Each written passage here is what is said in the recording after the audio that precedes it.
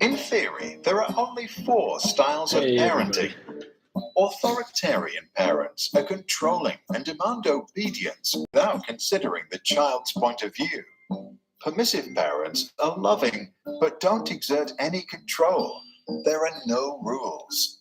Authoritative parents are firm but loving. They encourage independence within limits. Neglecting parents are uninvolved and often uninterested in their own child. Recently, a fifth style was proposed, but we will come back to that later. The styles range from controlling and demanding to complete freedom, and from cold and unresponsive to loving and receptive. Each authoritative, permissive, authoritarian, and neglectful parents have their place. To understand what it means to grow up with parents from each end of the spectrum, we can imagine the lives of four children. Sarah's parents are authoritarian. They love their girl, but they believe that strict rules are important to make Sarah become well-behaved and fit into society. If Sarah cries, she's told to stop. If she talks back, she is sent to the corner for time out. If she forgets to take care of her chores around the house, she is not allowed to play with her toys. Sarah learns that suppressing her emotions and following her duties is the way to get through the day. To get the love of her parents and to avoid making them upset, she becomes obedient. However, because Sarah was never allowed to decide for herself or follow her intrinsic interests, as an adult, she doesn't know what she really wants.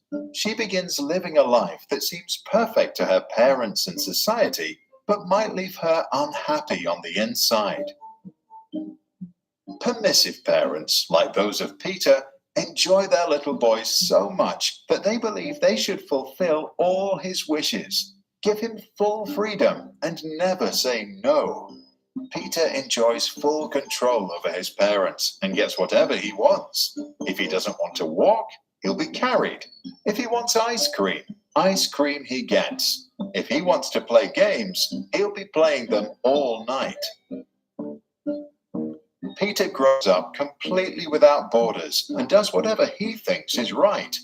He never coped with conflict, and he did not learn to control his emotions. The fact that he always got what he wanted made him a bad loser. As he grows older, he often acts inconsiderate and doesn't know his limits. Arthur's authoritative parents respect their child's needs, but believe that kids need freedom within certain limits. Arthur can freely play, but when he's done, he needs to help tidy up. He is allowed to eat ice cream, but only on Sundays. Screen time is limited to 30 minutes a day. There may be conflict, but the parents listen to what Arthur has to say and then lay down the rules. Arthur learns that some things are difficult, but his parents give him all the support he needs to get through it. He develops the strength to endure hardships and to continue following his interests and passions. In class, he bravely expresses his own opinions in an appropriate manner. During breaks, he can show his emotions and act freely. As an adult, he agrees to rules only after they have been discussed and he feels like he understands them. Neglectful parents are usually not present in their children's life. Nora often feels completely alone in the world. She experiences full freedom to do anything she wants to and has plenty of imagination, but she never receives any feedback or even attention. Nora realizes that it doesn't matter what she does because no one cares anyway. The lack of attention leads to a lack of trust in herself and others. She becomes insecurely attached, unable to form healthy relationships, and develops a negative image of herself. To stop feeling unworthy of love, she tries not to feel anything at all. In recent years, over-involved parents who are present in every aspect of their child's life are often referred to as the fifth style. These parents are also known as snowplows, removing obstacles out of their kids' path, or helicopter parents, who hover about and micromanage every aspect of their child's life. Since they won't let their children do anything alone, the children can't learn to overcome challenges by themselves. Research infers that these children don't like to solve difficult problems, lack perseverance, and may even procrastinate in protest when something requires a lot of effort. Since most research on parenting is based on self-reports and was done in the US and Europe, it is not clear how strongly the observed effects will hold up in controlled observational experiments or in other parts of the world. The 4 parenting styles were first introduced by psychologist Diana Baumrind. For good parenting, she advised balance of demandingness and responsiveness. Add to that the wise words of Maria Montessori to never help a child with a task at which he feels he can succeed, and parents should do pretty well. What do you think? Should parents resort to a specific style, or should they decide what's best to do in a given situation, as long as they don't neglect or abuse their child? To download this video without background music and learn more about the topic, visit SproutSchools.com. For a free masterclass on attachment parenting, see the link in the description below. So that's parenting. It can affect siblings. I have one more on parenting, but wanted to show you the siblings one first. Let me tell you why the law of attraction does not work for most people. Now, to manifest anything, you must ask and then receive, right? But let's face it, Most people have a sibling. In fact, children in the US today are more likely to grow up with a brother or sister than with a father. Now, while a lot of social scientists research the impact of schools and parenting, little attention is given to a relationship that might be even more consequential. So what do we know about siblings, birth order, and why children from one family grow up to have very different personalities? Let's start with our analysis of the tragic story of the 2 most famous brothers in Western history.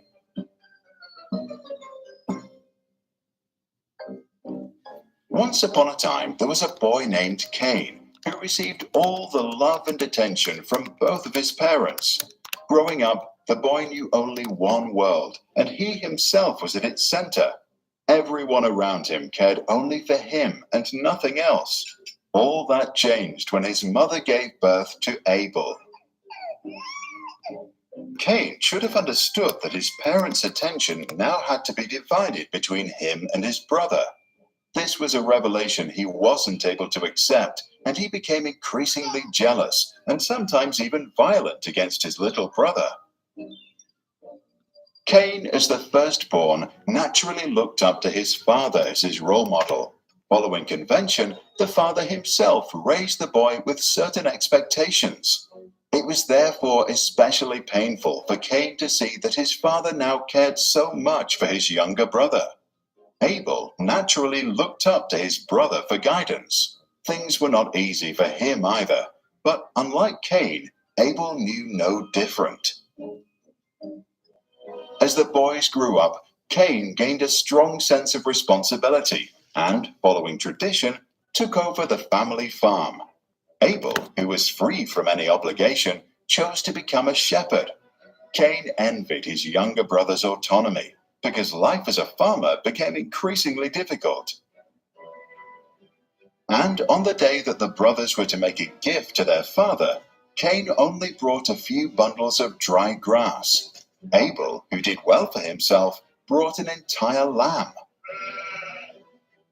When the father thanked Abel for his generosity, Cain felt a deep shame. Overnight, his shame turned to hatred of monstrous proportions, and the next day he killed his own brother.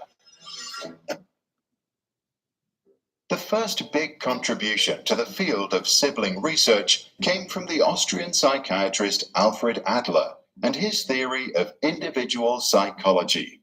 Adler believed that the main motive of human behavior is our desire for power, partly in compensation for our feeling of inferiority.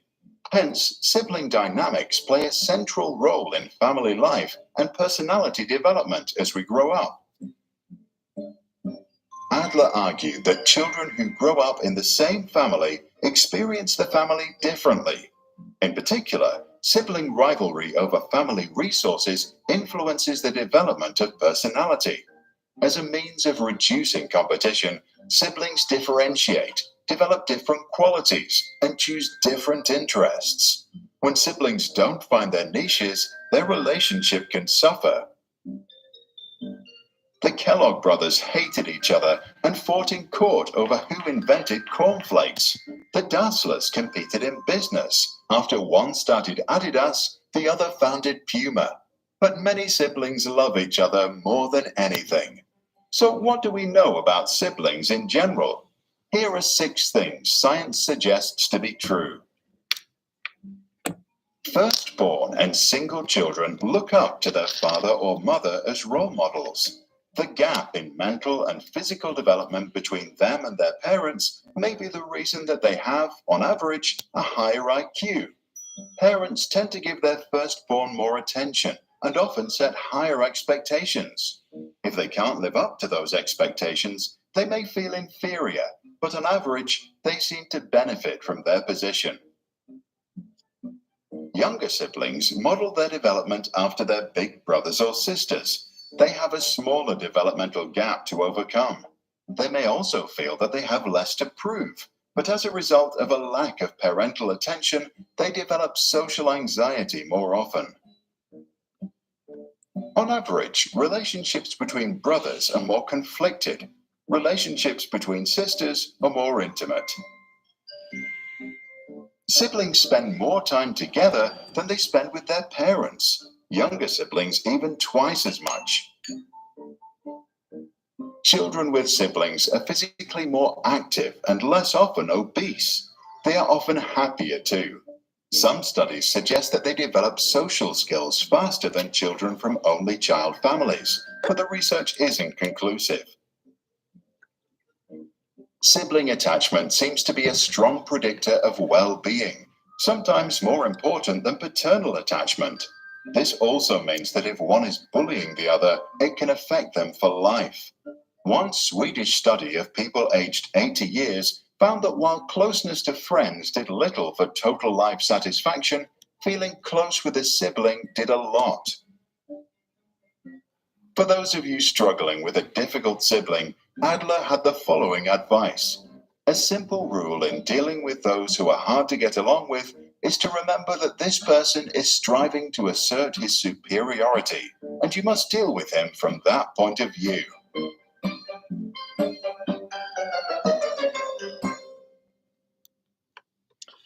All right, so that is the next one. I had also the parenting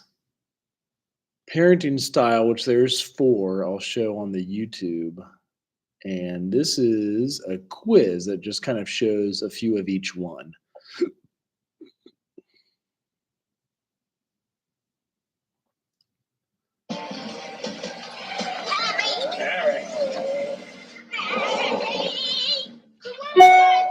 Harry and Zinnia Wormwood lived in a very nice neighborhood, in a very nice house, but they were not really very nice people.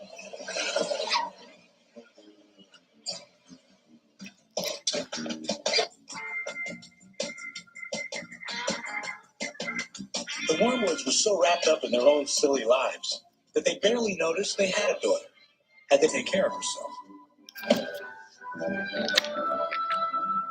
As time went by, morning, Matilda's older brother Michael went to school. Come on, get out of here. Her father and her mother took off to play bingo. Soup's on the stove. Heat it up if you get hungry. Matilda was left alone. Night, she got up her courage and asked her father for something she desperately wanted.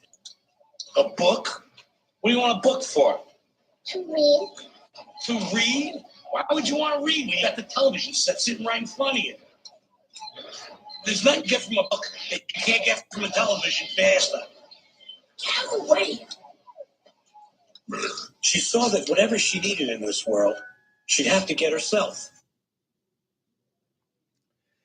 So it asks what parenting style that is. It's a bit more neglectful, where they don't help at all. Hey, I'm my best girlfriend. Hey, this is George. This is Katie. Hello, sweetheart. Hi. Welcome to our home. Just want you to know, if you need anything, don't be shy, okay? There are no rules in this house. I'm not like a regular mom. I'm a cool mom. Right, Regina? Please stop talking. Okay. I'm going to make you girls a hump day treat. So that is where parents try to act more like friends. So friend parenting. I don't like how you're treating the children. Look, Kitty, I'm not going to let our kids go down the wrong path. But if you have a better idea, I'm all ears. Okay, maybe you could be a little less strict and a little more loving.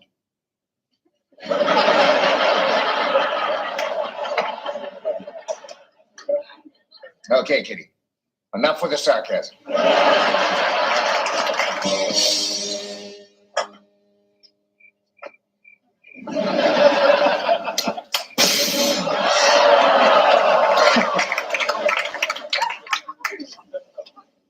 Oh, no, honey. Yep, he thought he could sneak out.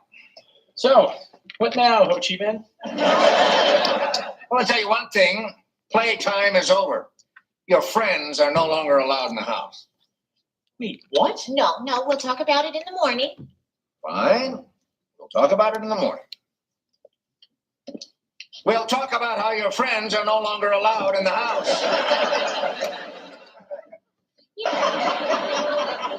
No.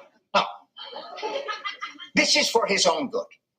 Look, in order for Eric to be a happy, well-adjusted adult, he has to be miserable now. That's just good parenting. If I was to be Mr. Nice Guy now, do you know what would happen to Eric in a few years? Do you? Oh, Eric! Breakfast!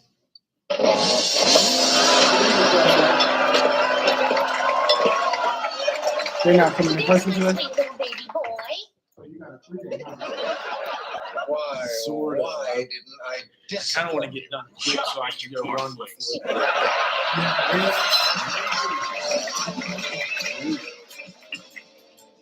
That's fun. Never surrender, Kitty. Never retreat. We're winning. The fact that Eric was desperate enough to climb out his window shows that everything is working. For what? Yeah, remember we I was just looking for because I was in the building. I don't hear anything. Somebody That's else is right. coming in for registration. Let's see if they replied yet. That's the sound of discipline. No, that's the sound of jail. This house used to be fun until you made it miserable. Well, I'm sorry, Kitty, but I think it's working. These are the types of parenting styles. You guys will get these on your licensure test. Oh, you do? Shit, I owe them. Yes, I do. Oh, you do? Have you heard anything back I from just said I did. A lot of us have money to be fair.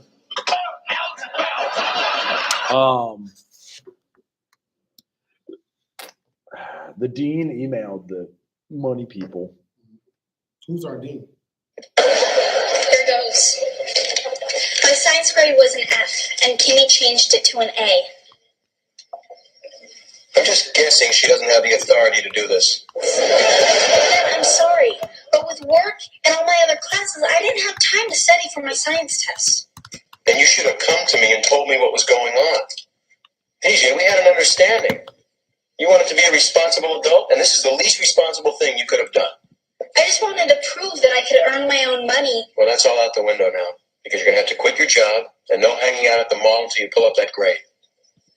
Okay. I guess I'll go back to being a kid He again. got arrested for sex offenses, right? Teach. There's nothing wrong with being a kid. You should enjoy it. You've got the rest of your life to be an adult. Well, I guess if being an adult means wearing a red mop on my head, I can handle being a kid a little longer. In case I forgot to mention it, you're a pretty great kid. Thanks, Dad.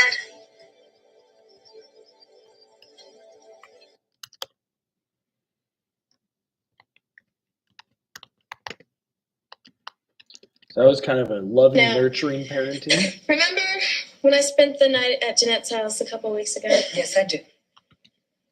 Okay, well, I didn't really spend the night at Jeanette's. I spent it at Tommy Watkins. You what?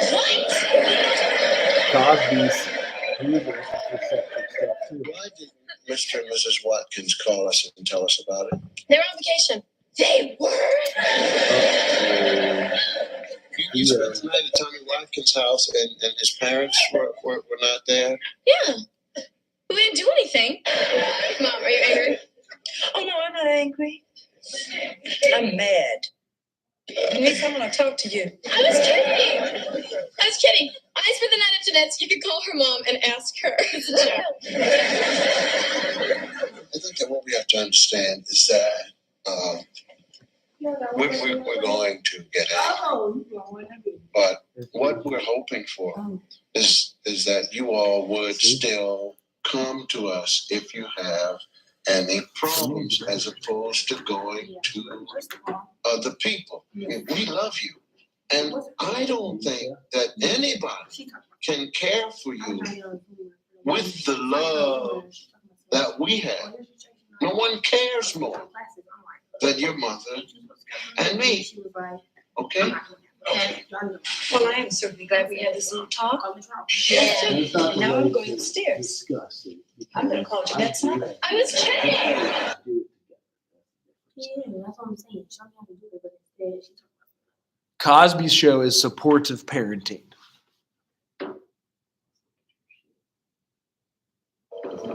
Damn. Oh, this one's weird. This parent's awful. Hello. How are you? There is. A lot of them are on the live stream. You're welcome to stay. We're just doing registration if you need to register too. What's your name?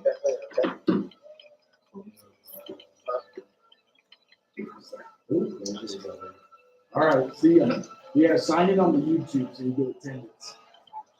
Just sign in under the YouTube. It's Dr. Trout Channel at Central State. Yeah, that's where the live stream is. Right here. See this? It's Dr. Trout at Central State. And then if you write your name, that's right.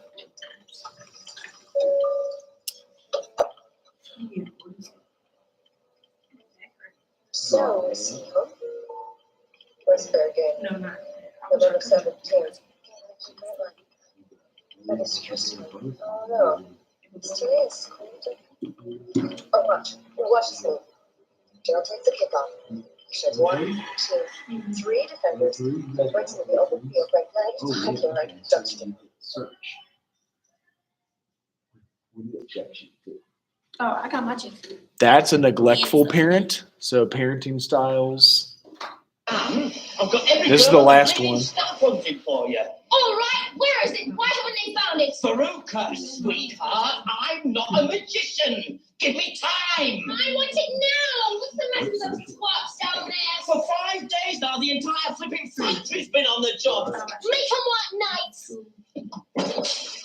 Come along, you girls, put a jerk in it, or you'll be out your ears, every one of you. You promised I'd have it the very first day. You're going to be very unpopular around here, Henry, if you don't deliver soon. It breaks my heart, Henrietta. I hate to see her unhappy. I won't talk to her ever again. You're a rotten mean father. You never give me anything I want. It's your working. I won't go to school till I have it. Veruca, sweetheart, angel. So now you're good. You're not late. So that is the Willy Wonka with neglectful parenting. Oh, there's Phoenix. All right. Hi, honey. Hey, guys. Can I ask you a question? Sure. You trust me, right? Why? Well, don't just jump to something being wrong. I just want to know if you trust me. Yes, I trust you. Why? Okay, just hear me out. Okay. I want to throw Let a us know if you need completely help. safe, alcohol-free after-prom party. Bridget. In a hotel, it would end at dawn. What? So that kids could drive home in daylight after eating breakfast, the most important meal of the day. No.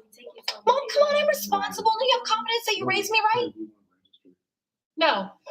Don't you think this is one of those opportunities for me to prove what a responsible person I've become? No. Bringing the car home with a full tank of gas or not letting the house burn down when you make a grilled cheese sandwich. Those are opportunities. Well, can't we just discuss this a little bit more? No, there is absolutely no way you are throwing or attending an after-prom party at a hotel. Oh, my life is so unfair. My life is so unfair. Can you believe her? Don't you think a little hard on her, Kate? No. I think I was just hard enough. That's what they need to save them from this. I don't think she needs all that much saving. I mean, she's a really good girl. Yes, she So is. which one are you going to She's also a teenage girl. Should I search? And I was one, and I know what they're capable of. Then it will help your GPA. Yeah, I mean, my GPA is still a 3. It's a 3. But it's I just looked up the- drop.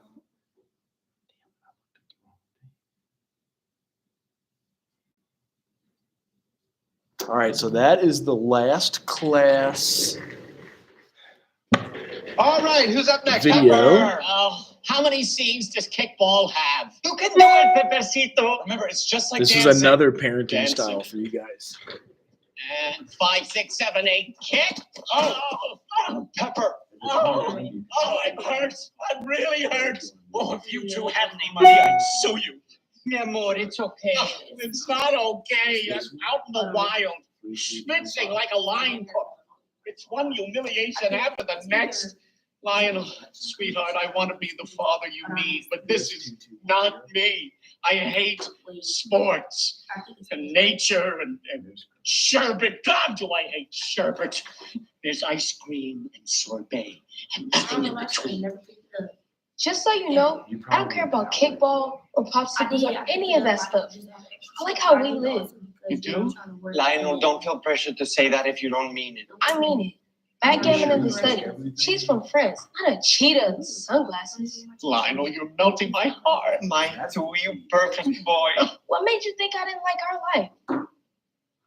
Wait, this criminal. Well, see, they were forcing it. It seemed to us that you told Lily that she was lucky to live with us. I was trying to make her feel better.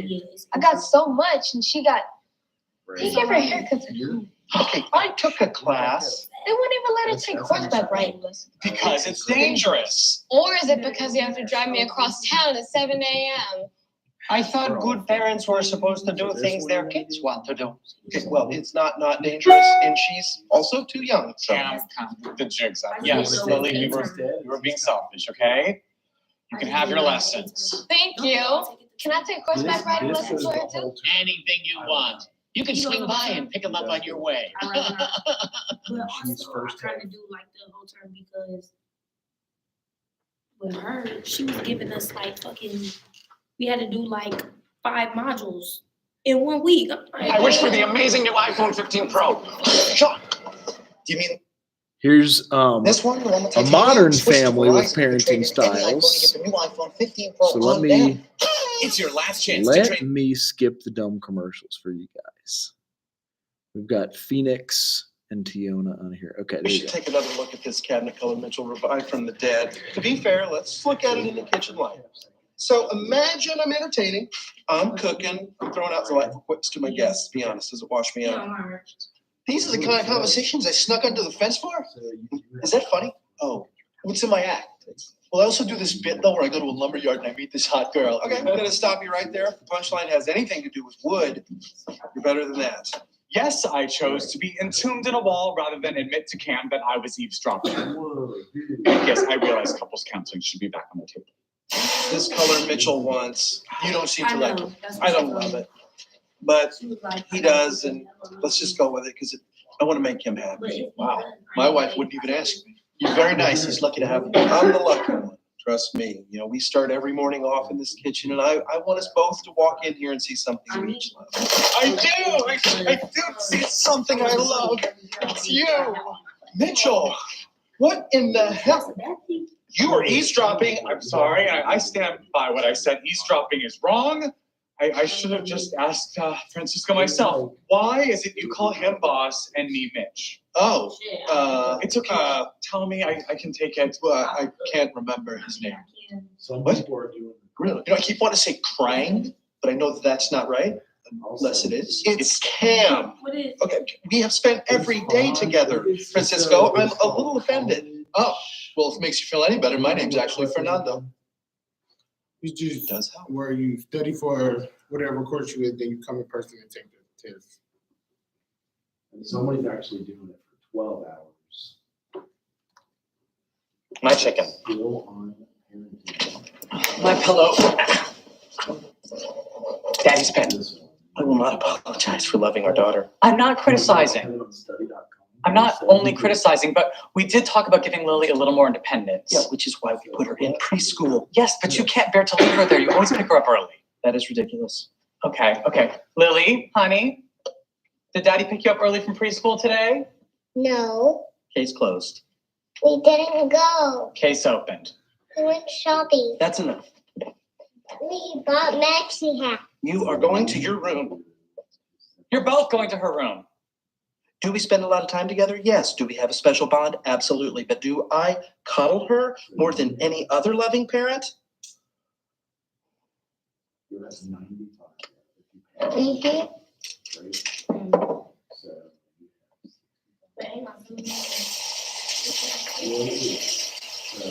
It's possible. And for Lily's sake, I should probably work on that. Good morning, Princess. Good morning, Lily. It's very adorable, Mitchell. Having kind of a rough morning. I'm sorry, Lily, those days are over. Now, here's your lunch. Go get your bag. We will be leaving shortly. Cam, you don't have to ice her out completely. Do you think I'm enjoying this? But I need her to detach from me before the new thing comes, or who knows what she'll do to it. Why are you saying thing instead of baby? Baby. Oh, look, I know this is hard, but I really appreciate what you're doing. And believe me, I take no pleasure in seeing you suffer like this. I take a little pleasure. Have fun, sweetheart.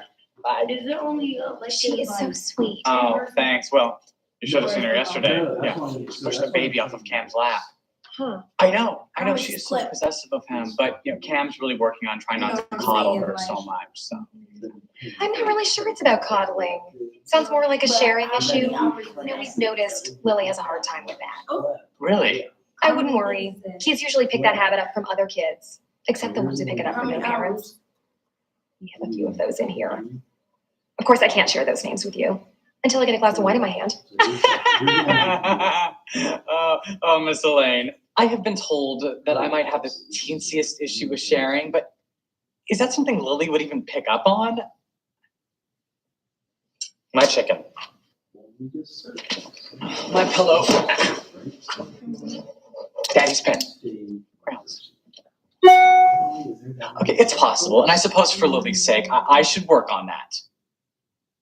Privately, because right now, we really need to get Cam's coddling problem under control.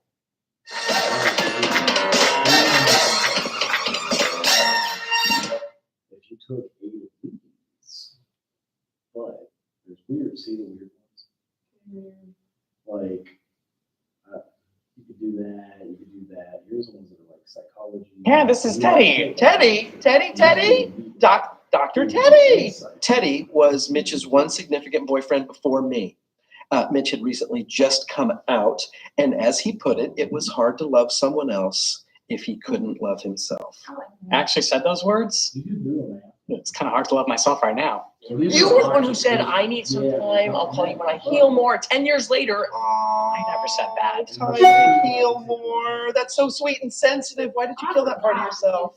You know, I'm hosting a fundraiser for the hospital this weekend at that roller rink on South Main. Any chance you guys can come? Yeah, Possibly. absolutely. We'll be there. Okay. Great. So 4 o'clock Saturday. So I'm so glad I bumped into you all. Us too. Say bye, Lily. Bye, Lily. I taught her that. So. Bye, Teddy. Oh my gosh, he's great. You're okay making plans with my ex-boyfriend? Yes, it's been 100 years. Plus, this is one of the many benefits of being gay. We can be friends with our exes without all the petty jealousy straight people go through. Well, I guess I am friends with Pepper, so. I went on one date with Pepper. One. When are you going to stop bringing it up? When you stop reacting like that. So listen, if at any point you're not okay with seeing me and Teddy together, just please let me know if we can go. Oh, well, thank you. And if at any point you're not okay with me being so okay with it, you let me know. Teddy! Teddy! Hey! Hey! Oh, look at you! This shirt is fantastic. You're adorable. You're adorable. Oh, I think somebody has a crush. Thank you so much for having us. I don't know which one of my girls is more excited. Let's get you some skates. I want Teddy to come. Oh, honey, I'm sure Teddy has other No, things. no, you guys go. Catch up. I'll lace up. Hey, Uncle Cam.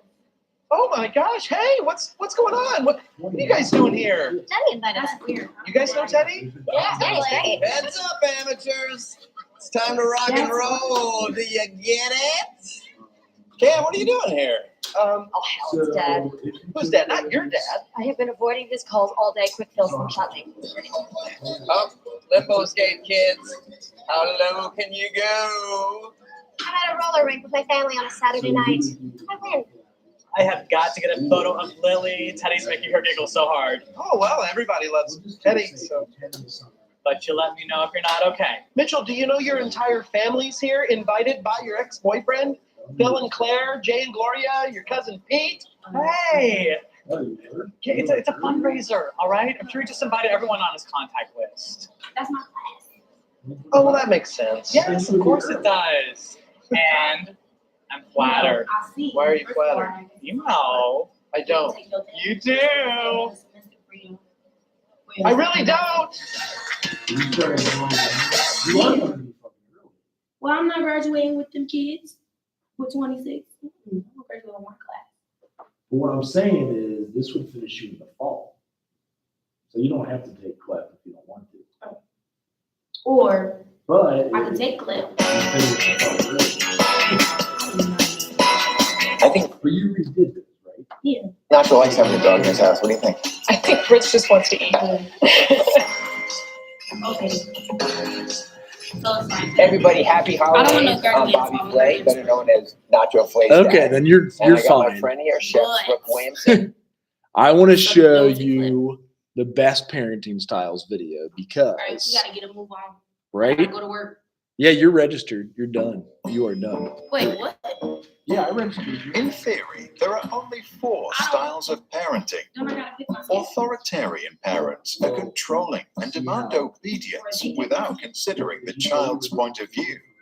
Permissive parents are loving but don't exert any control. There are no rules. Wait, Authoritative parents are firm but loving. They encourage independence within limits. Neglecting parents are uninvolved and often uninterested in their own child. Recently, a 5th style was proposed, but we will come back to that later. My senior year of The styles range from controlling and demanding to complete freedom, and from cold and unresponsive to loving and receptive. Each authoritative, permissive, authoritarian, and neglectful parents have their place. To understand what it means to grow up with parents from each end of the spectrum, we can imagine the lives of 4 children. Sarah's parents are authoritarian. They love their girl, but they believe that strict rules are important to make Sarah become well-behaved and fit into society. If Sarah cries, she's told to stop. If she talks back, she is sent to the corner for time out. If she forgets to take care of her chores around the house, she is not allowed to play with her toys. Sarah learns that suppressing her emotions and following her duties is the way to get through the day.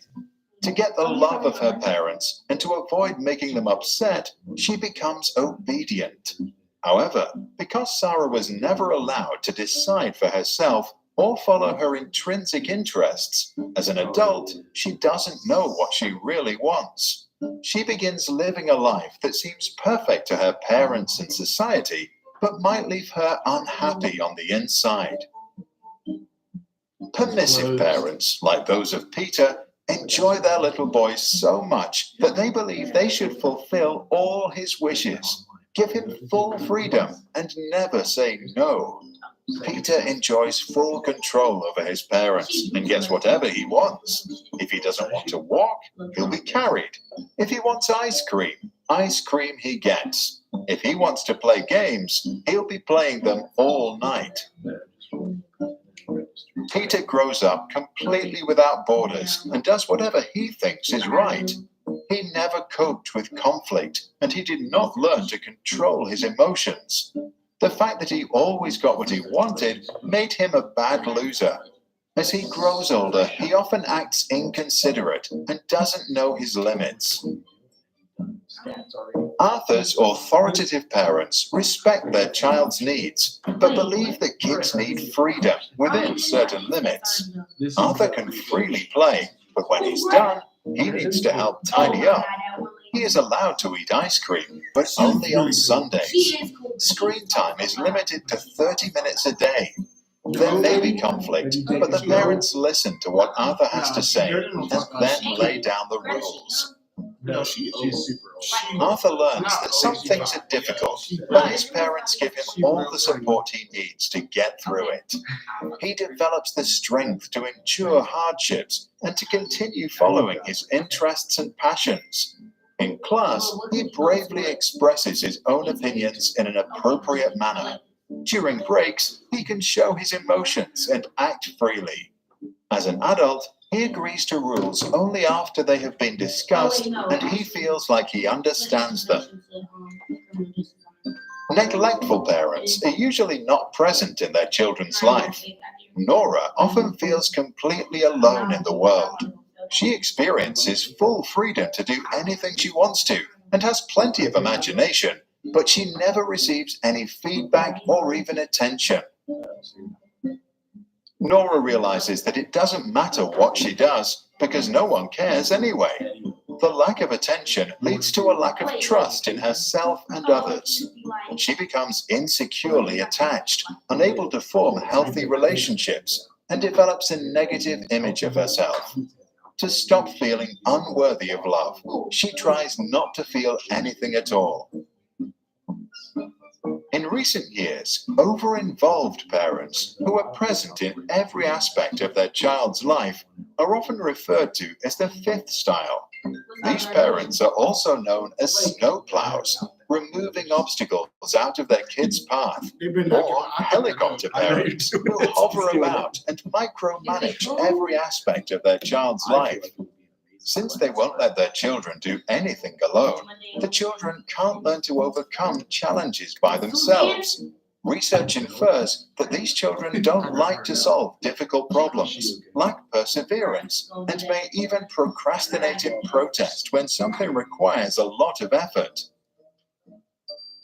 Since most research on parenting is based on self-reports and was done in the US and Europe, it is not clear how strongly the observed effects will hold up in controlled observational experiments or in other parts of the world. The four parenting styles were first introduced by psychologist Diana Baumrind.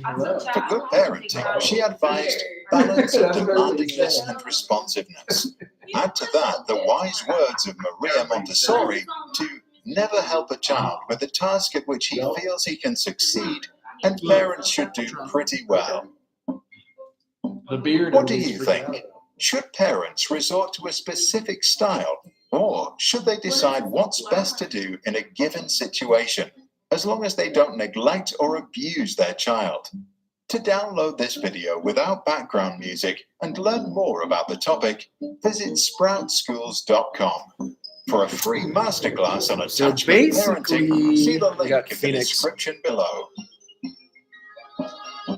Parenting styles affect us and then affects how you will parent your kids. What did it say about the intro to social work research? I seen The ones that are overbearing. It was like over supportive. Like they there for everything. You'll have a kid that then becomes codependent and like does not become independent at 18. It's helpful to be. Social work research. Oh, that's a new research class we put out here. It's online with Dr. Nisha Wiley. Is it cool? It is a brand new class, so I don't know. Next semester will be his first go on. It is. Yep. Did you hit the back button? It is online. I'm taking this. Yeah, you can't hit the back button. Huh? It gets pissed if you hit the back button. Don't hit the back button? Correct. That's why it said whatever it What said. do I hit now? We might have to copy the web address and open a whole new window and sign back in. Yeah, that might work. That could work. So add student at the top, drop add, and then I don't see drop add. Oh, I see. Alright, so that's 4 classes with 15. we're gonna finish with the trauma one. Is these? Some of you wanted to specialize. How many of you guys? How many of you are taking the childhood trauma class with Karen? Okay. So that's kind of where we're going to get into this next. Wait, where that's Oops. Where I'll we show take you. that class at? Say because their mother was sick and their father was busy, often face anxiety.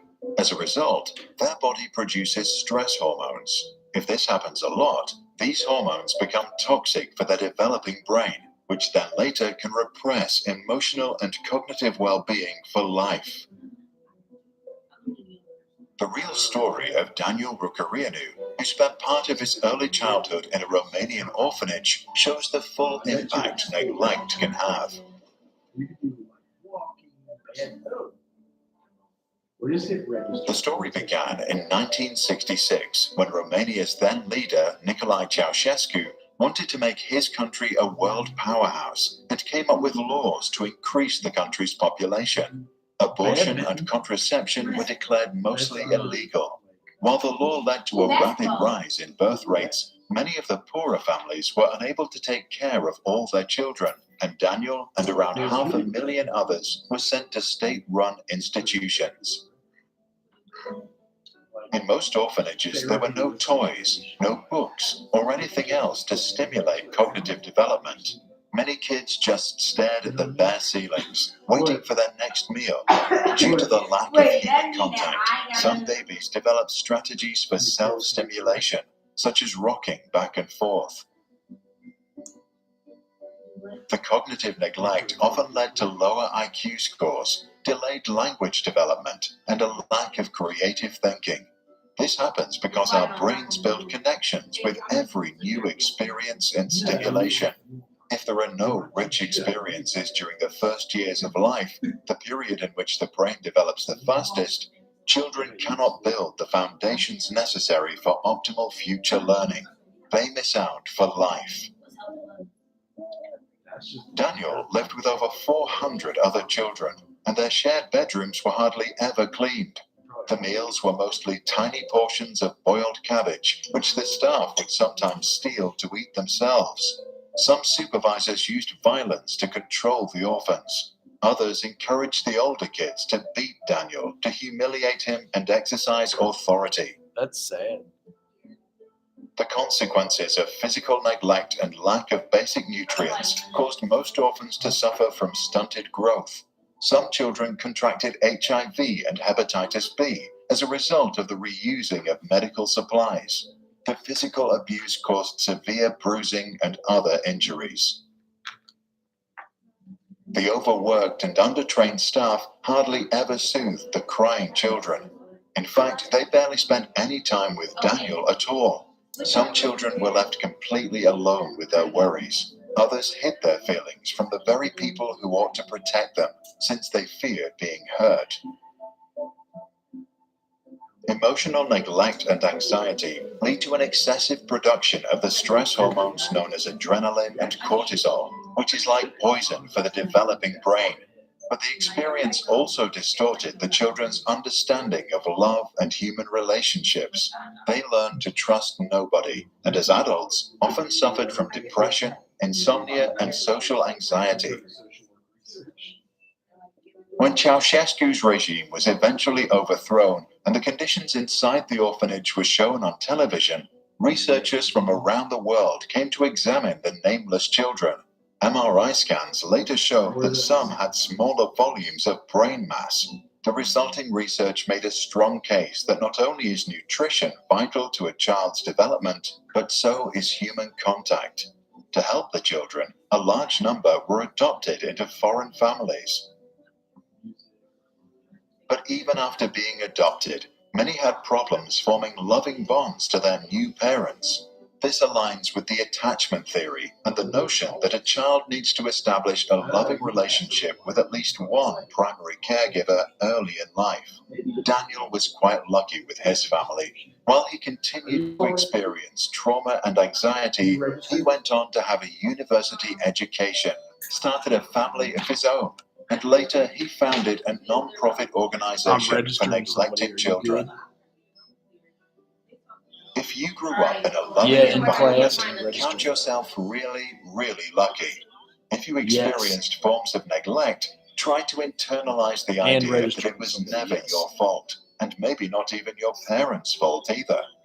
To read what we think can be done if you have ever experienced neglect, read the descriptions below.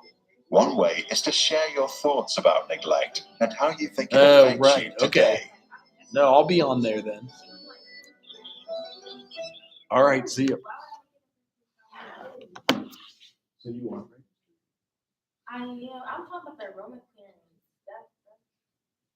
Registered for what? This and all other Sprouts videos are licensed under Creative Commons. That means teachers from all around the world can use them in classrooms, online courses, or just... Oh, that means they won't turn off my channel. Oh, hell no. You got much music stuff? I ain't doing music.